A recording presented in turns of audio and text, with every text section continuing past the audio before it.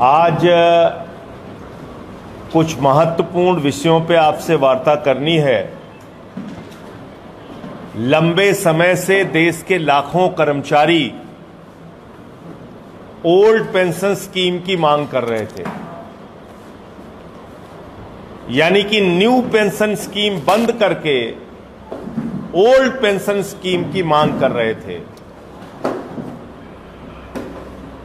और ये कह रहे थे कि हमें पुरानी पेंशन की बहाली की जाए। उनकी मांग नहीं सुनी गई। उन्होंने रामलीला के मैदान में आंदोलन किया, जिसमें मैं भी शामिल हुआ था। लखनऊ में किया, अलग अलग राज्यों की राजधानी में किया, जिलों में किया, बहुत सारे धरना प्रदर्शन किए। और जब 4 राज्यों का चुनाव अभी आने वाला है, तो उसके ठीक पहले भारत की सरकार, आदरणीय नरेंद्र मोदी जी की सरकार यूपीएस लेके आई है। कह रही है कि बिल्कुल क्रांतिकारी कदम है और जैसे पुराने पेंशन की स्कीम थी वही स्कीम है ये। लेकिन इस यूपीएस की हकीकत आपके सामने मैं बताना चाहूंगा। पहली बात, ये यूपीएस का जो पेंशन जो स्कीम है, यूनिफाइड पेंशन स्कीम, एकीकृत पेंशन स्कीम जो है, एकीकृत पेंशन योजना,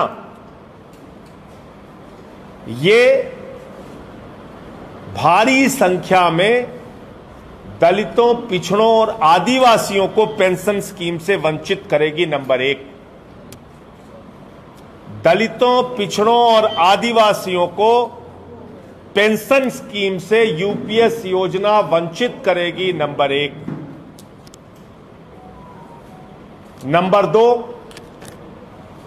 देश में लाखों की संख्या में काम करने वाले अर्धसैनिक बल जो अपना जान जोखिम में डालकर भारत माता की रक्षा करते हैं, भारत के संसद की रक्षा में अपने प्राणों की आहुति देते हैं, वो पैरामिलिट्री फोर्सेस के लोग, अर्धसैनिक बल के लोग इस पेंशन योजना से वंचित रह जाएंगे, पेंशन पाने से वंचित रह जाएंगे। नंबर 3, ये योजना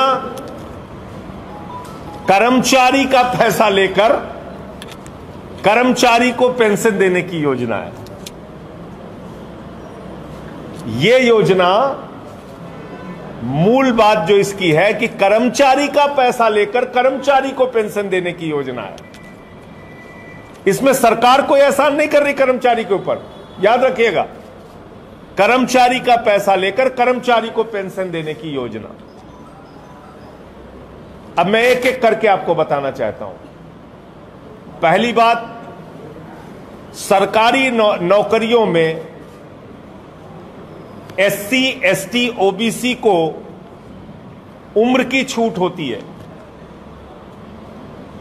यानी कि 40 साल तक एससी, एसटी वर्ग के लोग सरकारी नौकरी पा सकते हैं और 38 साल तक पिछड़ा वर्ग के लोग, जिसमें हिंदू पिछड़ा वर्ग भी शामिल है, मुस्लिम पिछड़ा वर्ग भी शामिल है, ओबीसी के लोगों को 38 वर्ष तक नौकरी मिल सकती है, सरकारी नौकरी।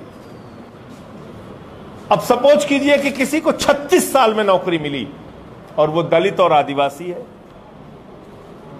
किसी को 36 साल में नौकरी मिली और वो ओबीसी है। तो इस पेंशन योजना के बारे में क्या लिखा हुआ है कि 25 साल की नौकरी पूरा करना आवश्यक है, तब आपको पेंशन मिलेगी। तो सरकार जो नौकरियों में दलित, आदिवासी और पिछड़ों को छूट देती है, वो पेंशन योजना में उनके लिए बेकार हो गई। क्योंकि अगर वो 36 साल में नौकरी पाते हैं तो 24 साल नौकरी कर पाएंगे। अगर 37 साल में नौकरी पाते हैं तो 23 साल नौकरी कर पाएंगे। अगर 38 साल में नौकरी पाते हैं तो 22 साल नौकरी कर पाएंगे।